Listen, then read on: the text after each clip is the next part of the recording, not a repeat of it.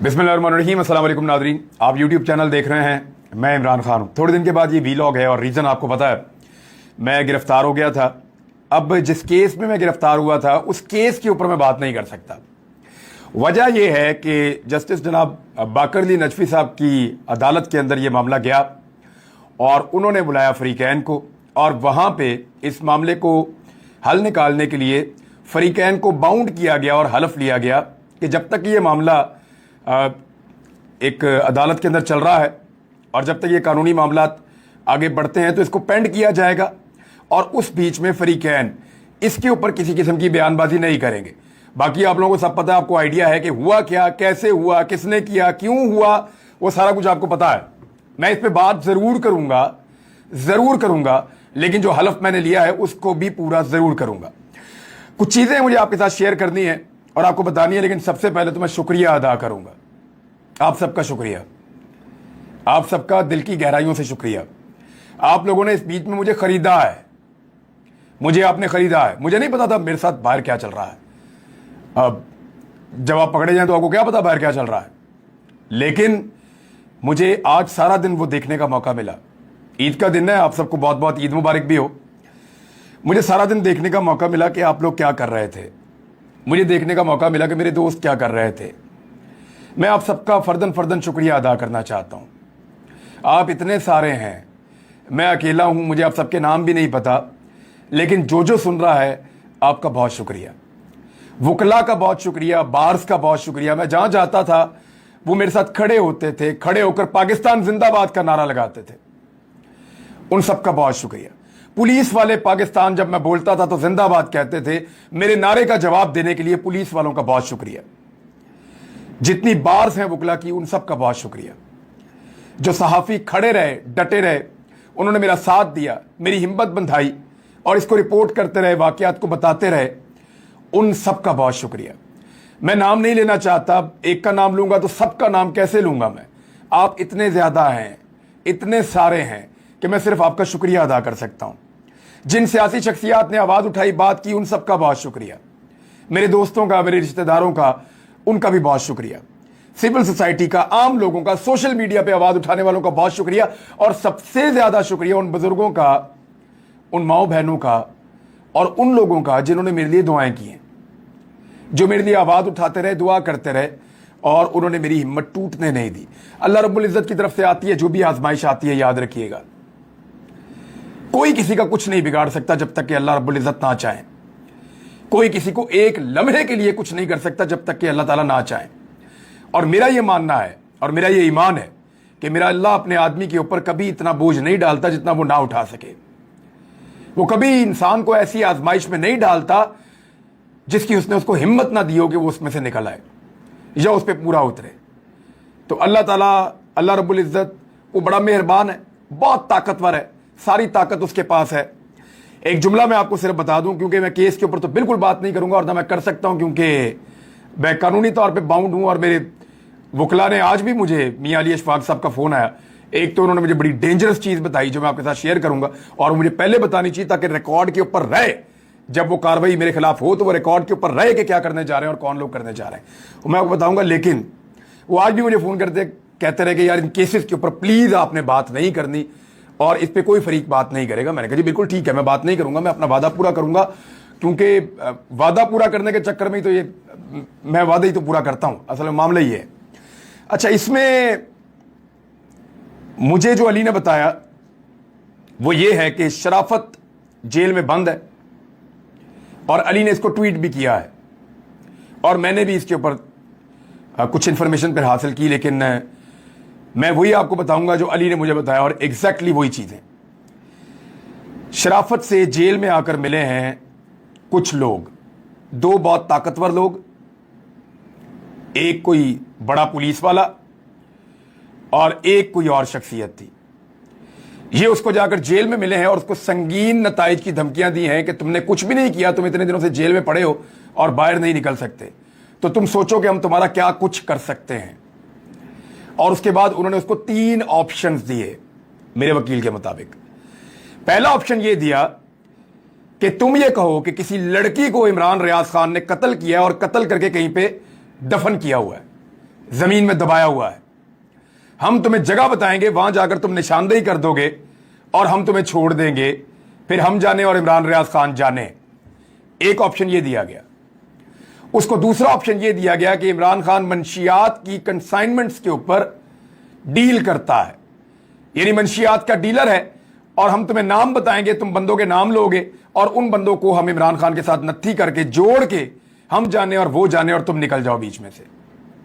और तीसरा ऑप्शन उसको यह दिया गया कि तुम ये कहो, अब ये मुबैना तौर पे ये सारी कहानी मेरे तक दो जराए से पहुंची है, लेकिन मैं जो बिलीव कर रहा हूं, मियां अली अशफाक जो मेरे कौंसल थे, जो सारे मामला देख रहे थे कानूनी और इस केस को लड़ रहे थे, मेरा बचपन का दोस्त भी है, इसलिए मैं उस पर बहुत मेरा ट्रस्ट है, तो उसने मुझे बताया कि तीसरा ऑप्शन यह है कि इमरान खान कलअदम तंजीमों की फंडिंग करता है। इन तीनों में से कोई एक चीज शराफत लिख कर दे हलफनामे पे और फिर उसको छोड़ेंगे और मुझे पकड़ेंगे इसके बदले में, या इस केस में मुझे उलझाया जाएगा या फंसाया जाएगा। बाकी ये चीज अब हमारे तक पहुंच गई है, मेरी जिम्मेदारी थी मैं आपको बता दूं। अगर इन केसों में या इस तरह से मिलता जुलता कोई केस मुस्तकबिल में कोई बने या बनाया जाए तो आप समझ जाए कौन कर रहा है, क्या कर रहा है, कैसे कर रहा है। वैसे इन चीजों से फर्क नहीं पड़ता। कुछ लोग ये कहते हैं कि सॉफ्टवेयर अपडेट हो जाते हैं। देखें, जिसके अंदर हुब्बुल वतनी की विंडो डाउनलोड हुई हो ना, उसको कोई सॉफ्टवेयर अपडेट नहीं कर सकता। मैं फिर आपको बता रहा हूं कि जिसकी विंडो में हुब्बुल वतनी हो ना, उसको कोई सॉफ्टवेयर अपडेट नहीं कर सकता। ये आप लोग जानते हैं, ये मेरे तमाम लोग जानते हैं, उन्हें पता है कि ऐसे नहीं हो सकता। मैं सिर्फ ये अदालती हुक्म की वजह से एक सर्टेन टाइम पीरियड तक कुछ चीजें आपको नहीं बताऊंगा, लेकिन अल्लाह रब्बुल इज्जत की दात सबसे बड़ी है। जब मैं स्वाद से निकल रहा था ना, तो मुझे काफी आइडिया था कि मैं अरेस्ट हो सकता हूं। तो मैंने अपने जो साथी हैं, अजब खान मेरे साथ होता है, उसको और अली नवाज, मैंने इनको कहा, मैंने कहा यार आप लोग ये सामान लपेटो चलें। तो उनको आइडिया नहीं था कि अचानक हम निकल जाएंगे। मुझे बुखार भी था 2 दिन से, तो थोड़ा मैं बेहतर हुआ, तो मैंने नाश्ता किया। मैंने कहा सामान लपेटो चलें। मैंने कहा साहब किधर जाना है? तो मैंने कहा चलो दुनिया को दिखाते हैं कि सबसे बड़ा और ताकतवर अल्लाह है। ये जुमला बोलकर मैं हल्फन आपको कह रहा हूं, ये जुमला बोलकर मैं स्वाद से निकला था कि चलो दुनिया को दिखाते हैं कि सबसे ताकतवर और बड़ा अल्लाह है, और वही है। और मैंने इन दिनों में दोबारा इस चीज का एक्सपीरियंस किया। कोई एक्सपीरियंस की जरूरत ही नहीं है, सबको पता है। वैसी हमारा ये ईमान है। आप सबका एक मर्तबा फिर बहुत बहुत शुक्रिया, बहुत शुक्रिया आपका। आपने खरीद लिया मुझे, आप लोगों ने मुझे खरीद लिया। मैं ये कर्ज उतारने की कोशिश करूंगा, रहती जिंदगी तक इसकी कोशिश करूंगा। खबरों पे आते हैं जी वापस। और पहली खबर यह है, एहसन इकबाल को भेरा पे जिन हालात का सामना करना पड़ा, उस फैमिली ने घर में आकर मुलाकात की और माफी मांग ली। बेवकूफ समझते हैं, क्या समझते हैं? हमें अकल नहीं है, हमें पता नहीं चलता। ये ऐसे हो सकता है कि वो लोग पब्लिक प्लेस पे खड़े होकर अपनी सिक्योरिटी को रिस्क में डाल के एक वफाकी वजीर को चोर चोर के नारे लगाएं और बाद में उनके घर जाके माफी मांग लें? ऐसे होता है?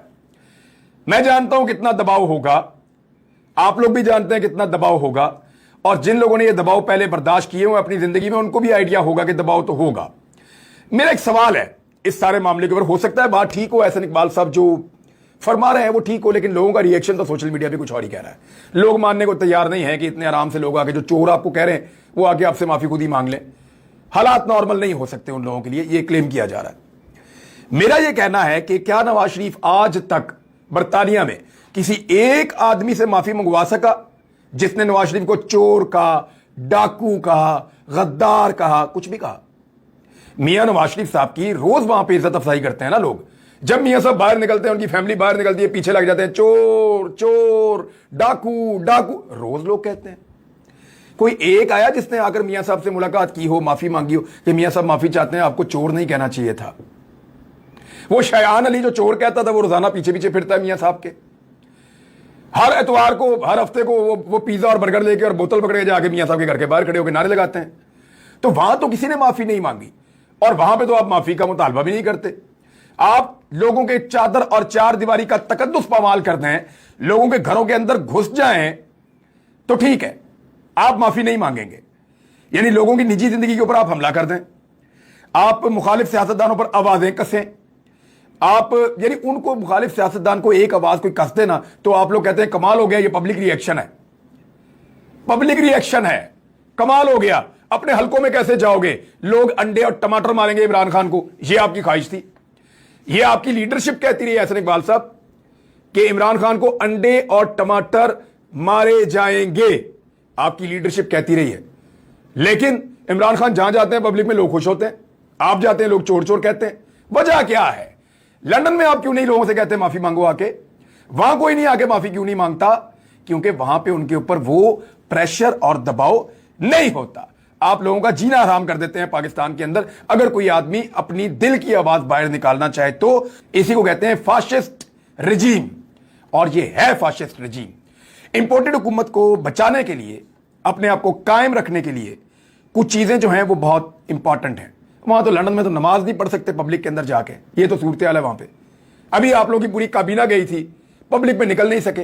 पूरे यूरोप के अंदर आपके लोग नहीं निकल के पाकिस्तानियों को वहां फेस कर सकते, ना आप लोग फिर सकते हैं, ना मिल सकते हैं लोगों को। लोग वहां पे आपको गालियां देते हैं पाकिस्तानी, क्योंकि उनको पता है कि वहां की हुकूमतें चोर कहने पे, डाकू कहने पे, किसी के ऊपर मुंह से बात करने के ऊपर ये जमहूरी हक समझती हैं और इसके ऊपर किसी किस्म का पर्चा एफआईआर ये चीजें नहीं करवाते। इंपोर्टेड सरकार की ज़िमनी इंतखाबात में हालत बहुत पतली हो गई है। वो ऐसे कि इमरान खान साहब के जलसे आपने देख लिए, मैंने तो आज फुटेज निकाल के देखी है। लोग कीचड़ के अंदर खड़े हुए हैं, बारिश के अंदर खड़े हुए हैं, जलसे कर रहे हैं और बहुत बड़े बड़े जलसे कर रहे हैं। उधर मरियम नवाज ने पूरा जोर लगा लिया, लोग निकलने को तैयार ही नहीं। जिन लोगों को जमा करके पूरे सरकारी वसाइल लगा के जलसों में लाया जाता है, वो भी कोई इधर फिर रहा है, कोई उधर फिर रहा है, कोई अपना खा रहा है, कोई पी रहा है, कोई आपस में बातें कर रहा है। लोगों ने अपनी अपनी पंचायत लगाई हुई है जलसे के अंदर। यानी यहां से पता चलता है कि लोग वोट डालने के लिए पीएमएलएन को तैयार नहीं है। अब उसका बंदोबस्त क्या किया जा रहा है? पाकिस्तान तहरीक इंसाफ ने बार बार इल्जाम लगाए हैं। बाबर ऐवान ने बाकायदा यह बताया कि हमने इन सबूतों को इकट्ठा किया और उनको देखा, और उसके ऊपर उन्होंने ट्वीट्स भी किए हैं। और यास्मीन राशिद पहले भी कर चुकी है कि 15-15, 20-20 हजार वोट जो हैं वो दूसरे हलकों से लाकर इन 20 हलकों के अंदर ठूसे जा रहे हैं, ताकि जो लोटे हैं, जो इलेक्शन लड़ रहे हैं, ये वोट उनको डलवाकर जितवाया जा सके 2 नंबर तरीके से। तो अब ये 2 नंबर तरीके से इलेक्शन अगर जीता गया तो जीता गया। इलेक्शन कमीशन ऑफ पाकिस्तान हो जाए या बहुत ताकतवर शख्सियात हो जाए या ब्यूरोक्रेसी हो जाए, सारा का सारा निजाम ऐसा लगता है कि हमजा शहबाज को इलेक्शन जितवाने के चक्कर में है।